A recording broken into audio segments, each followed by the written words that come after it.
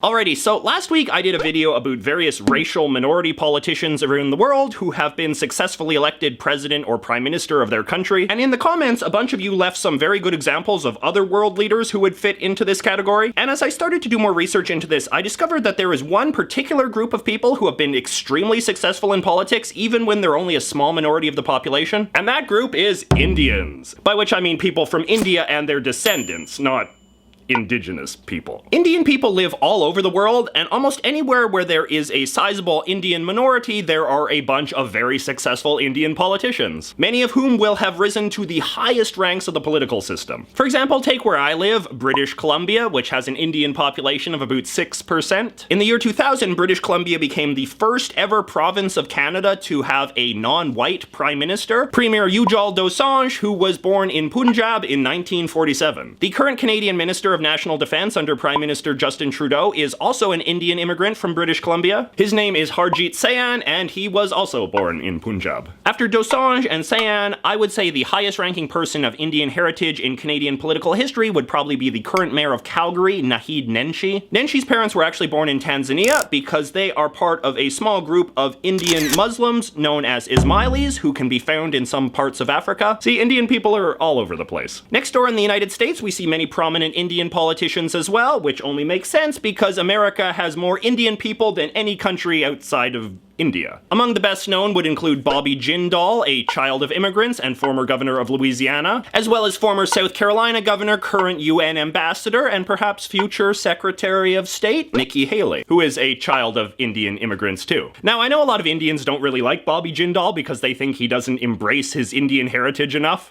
When my parents came to America, they were coming to be Americans. Particularly in contrast to Nikki Haley, who calls India her second home. I am a proud daughter of this community, and a proud daughter to say that these are the people that raised me. Although I will say it is interesting that Bobby Jindal married another Indian while Nikki Haley married a white guy, which is why her last name is Haley instead of something more Indian sounding. So while America has the most Indians in terms of numbers, the country with the most Indians per capita is the Republic of Guyana in South America. About half the population of Guyana is Indian, mostly the descendants of 19th century Indian workers who were brought in by the British to work the sugarcane fields. And as a result, there have been a lot of Indian politicians in that country, including several of their presidents. Interestingly enough, their first Indian president, noted communist Cheddi Jagan, married a white woman from America who later became president herself. So you see, Hillary people, an American woman can be elected president, just not in America. Up there with Guyana is Fiji, which is close to half Indian as well. And once again, this is because the British, who used to own the place, imported a lot of Indians to harvest sugar for them. Which might seem cruel, but I mean, what were the British going to do? Just drink bitter tea? There has been enormous political tension in Fiji over the years between the native Fijians and the Indians. And the native Fijians have done a lot of really racist stuff to prevent the Indians from voting one of their own into power, such as staging military coups whenever the Indian party wins an election. For a while, the Fijian constitution even said no Indian could be prime minister. But Fiji got in a lot of international hot water for that, including from India, and they eventually changed it. And in 1999, they finally elected their first ever Indian prime minister, and he was overthrown in a military coup. A much happier story can be found in Singapore, which has perhaps the most politically successful Indian minority in the world, despite the fact that they actually comprise a much smaller share of the Singaporean population than some of these other places we've discussed. Indians have held high political office in Singapore from the very beginning. The very first speaker of the Singapore Parliament was Indian, for example, so was their third president, and their sixth president, and their current president. The current Chief Justice of Singapore is also Indian, as is their foreign minister. Foreign Minister Vivian Balakrishnan, who I was surprised to learn is a man, despite being named Vivian. So yes, as you can see, politicians of Indian heritage have been very successful all over the world. In fact, they've been so successful, I've even forgotten to name some of them, like that Indian woman who used to be Prime Minister of Trinidad. If you yourself are Indian, please let me know in the comments what you think about all these Indian politicians everywhere. Do you think it's something that other Indians are proud of, or do they not really care? And if you're not Indian, please let me know if there is a high-ranking Indian politician where you live that I missed. So that is all for this week. Please remember to like and subscribe, and if you want to be notified whenever I make a new video, don't forget to click the little bell buddy below. We will now close on a video of Justin Trudeau dancing at the India-Canada Association of Montreal.